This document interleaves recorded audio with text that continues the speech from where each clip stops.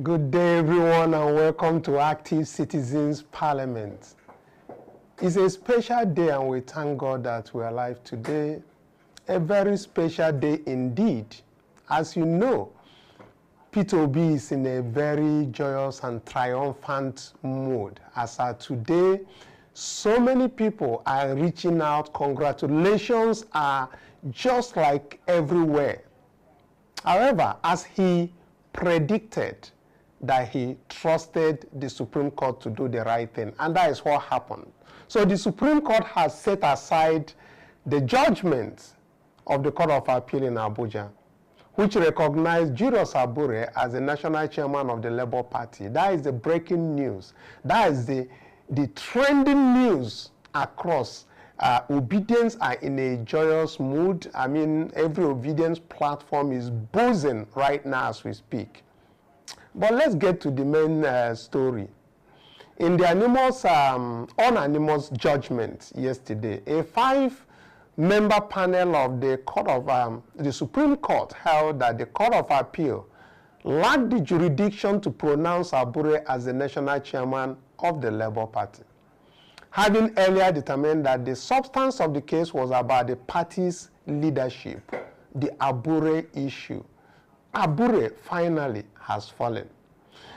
The court ruled that issues of leadership are internal affairs of a political party over which courts lack jurisdiction, and noted that Abure's tenure had since expired. Is that not interesting? The Supreme Court allowed the appeal filed by Senator Nenadi Usman, who is, by the way, the Caretaker Committee chairman for the Labour Party, and one other person, declaring it as meritorious. It also dismissed the cross-appeal filed by Abure function of the LP for being unmeritorious. We'll be bringing you more details of this, but we want to, thank the Supreme Court for doing the right thing. Whether they have other plans, that is yet to be seen. But as Peter Obi rightly predicted, the Supreme Court will do the right thing. And now that they have done the right thing, of course we can applaud them on this. So, join Peter Obi in his good mood of today by wishing him the best. Go to comment section. Tell us your thought about this. What about those people who have left, who had thought that LP would not be in a better position to help them out? What about the people who had gone to APC from the Labour Party? What happens to them that are real confidence of His Excellency Peter Obi? Is the APC the right place to be now? Have they fallen out from the Labour Party's Peter Obi's advice? Go to comment section, tell us what you feel. We are still with them in prayers wherever they are. Like Peter Obi said, they decided to go there, and that is it. So, go to comment section, tell us what you feel about this and the moment. I'll also inform us that Yunus Satanko had also done a tweet on X, clearly spelling out that their support groups of the obedient movement should register. I'll be doing that later, and I'll be giving them the link where support groups of the obedience are actually required to, register, as he said. Now, let's take another story that is coming up from the trending news in Nigeria. Yes, of course, the one of Hakim Baba Ahmed, if you all remember him. Hakim Baba Ahmed is a political advisor to Chief Bola Tinubu. He has finally resigned. If you all know him, we said so much about when he was appointed as a political advisor to Chief Bola Tinubu through the office of the Vice President. Now, impeccable sources in the presidency confirmed yesterday that the former spokesman of the Northern Elders Forum tendered his resignation about 2 weeks ago, not even now. So, Baba Ahmed has finally quit Chief Bola Tinubu's government. He did not provide details of the reasons for his decision, only stating that it was on a personal grounds. However, as of the time of this, as we are bringing this report, it was unclear whether the presidency has accepted that particular resignation. We also know that Baba Ahmed was appointed special advisor on political matters in the office of the Vice President Kashim Shettima. In September of 2023, many people accused his brother as now joining the APC in default, but that is what happened. Over the past 17 months that he has been there, he has represented the presidency at several public fora for those who are asking what he has been doing in Tinubu's administration.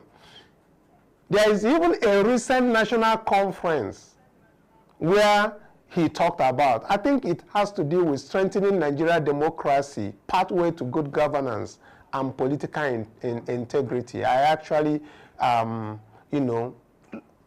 up with that very particular program. It was held on the 28th and 29th of January 2025 in Abuja.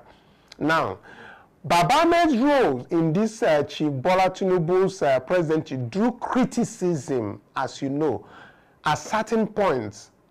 A notable criticism came from the current Minister of State for Defense, Bello Matawalle Mohammed. In April of 2024, Matawalle appeared to have taken an aim at Dr. Baba Ahmed when he said northern appointees must not remain silent in the face of intimidation or misrepresentation of the Chief Bola Tinubu's administration. But Baba Ahmed thought otherwise, and his remarks came that Baba Ahmed criticized Matawale's dismissal of the Northern Elders Forum as political paperweight. And I think that is what is causing their position, the issue that they are having. That position by the Minister of Defense, in reaction to the group statement that the North had made a mistake in voting Chief Bola Tinubu in 2023. Baba Ahmed had argued as at that time that Chief Bola Tinubu's administration would have been better served if Matawalle had highlighted his own achievements as minister along those and other Northern appointees rather than attacking the Northern Elders Forum. So I think that is where their feud is coming from. Whether that is what actually happened for him to tender a resignation, whether he is sacked, we'll hear more as the news proceeds. So we'll be talking more, we'll be keeping our eyes and ears open to know where he's headed again and whether he will, come back to Labour Party as his brother is still around there. So let's again check another trending story that is, things are happening again in Nigeria. I think we have talked about the protest that is coming on the 7th, which happens to be a Monday. But there is something that I want to bring to our attention, which happens to be the Uduaghan issue. I think Godswill Abure, that is the Senate, embattled Senate president. He has reacted to the issues surrounding INEC's backing out of the recall process, and INEC themselves has also taken a position. They actually went on Channels Television to say a whole lot of things about Natasha Akpoti-Uduaghan's recall. And as you can see from the screen, Rotimi Oyekami, who happens to be a director in INEC, happens to be there to explain the reason why INEC decided to reject that politically motivated recall. So let's take a listen to that.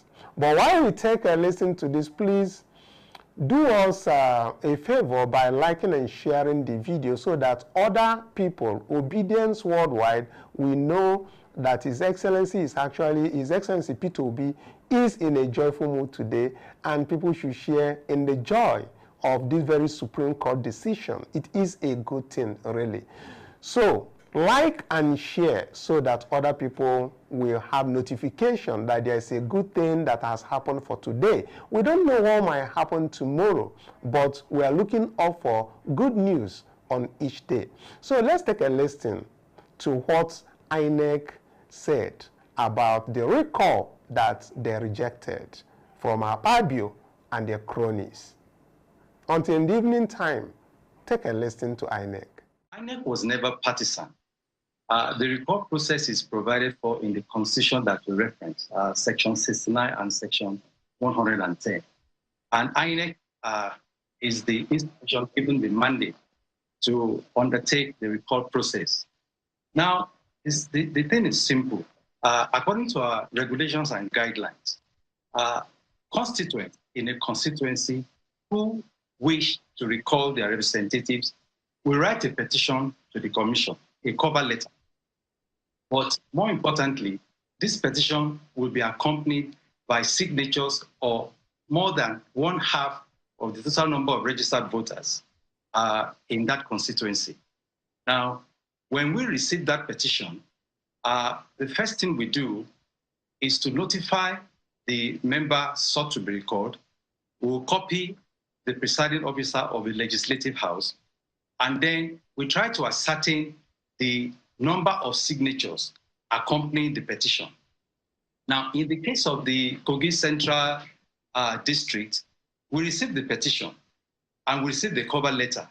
And of course, what Nigerians were saying was that we were taking sides. But what happened was, in the covering letter, the representatives of the petitioners did not include their address as required in our regulations and guidelines. And what we just did was to ask them to supply that address. It has nothing to do with the petition. And of course, there is nowhere in the law where INEC is asked to reject the petition just because the cover letter did not contain the address. So there was no hanky-panky in what we did. Now, having received the petition, we notified the member sought to be recalled. We copied the presiding officer, and then we did the preliminary thing, which is to ascertain the number of signatures, whether it is up to 1/2, that's 50% plus 1 of the total number of registered voters in the senatorial districts. And we also issued a statement, to the public that, well, this is what we are doing. Now, it is only when that process is successfully completed that we can move to the verification stage. Normally in a recall, after ascertaining the number of signatures and establishing that it is more than 1/2 of the total number of registered voters in that constituency, we then move to verification, which is one of the most critical steps that we take on our way to the final stage. And what is verification? Verification takes place normally in the constituency. We go there, we have to cover all the polling units, we deploy our resources, and the petitioners, the list of signature becomes the register of petitioners. We don't use our registered voter register in that instance. We go with the register of petitioners containing the list of names and the signatures of the people that signed. And all those that signed the petition are expected to come out. Not just coming out, you have to bring your permanent voter's card, and we will use our BVAS, bimodal voter accreditation system, to accredit, to authenticate your PVC. Now, it's like a normal election. We open the polling unit at 8:30, we close at 2:30. At the end of the process, at the polling unit level, just like normal election, the verification results is declared. Then, of course, we go to the ward level, collate and declare. Then, of course, we go to the local government level stage, collate and declare before we go to the constituency. So it's a rigorous process, really. All right. Now, okay. Okay, in all of this, the requirement there's the constitutional requirement, Section 69, Section 69 sub A. And there is also, perhaps a lot of people do not understand that INEC also is empowered to set up a regulation to undergo this process. All of the processes are not stated in the Constitution. So there is a regulation that INEC has put together to guide the processes of recall. Let me ask you, are two modes of registering the grievance against the lawmaker sought to be recalled.